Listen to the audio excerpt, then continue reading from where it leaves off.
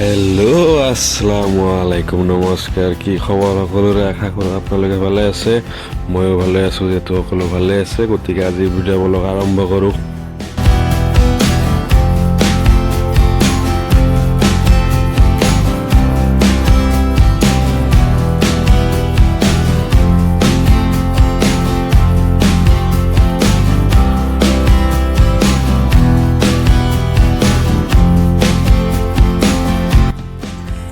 অৱশেষত বতাহৰ গতিৰে উৰি উৰি আহি পালোঁ হাউলি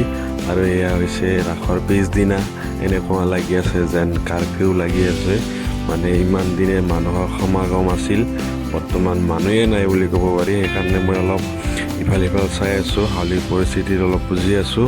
পৰিস্থিতি চাই আছোঁ কেনেকুৱা চলি আছে আকাশখনো একদম নীলা হৈ আছে মজা এটা মানে পৰিস্থিতি চলি আছে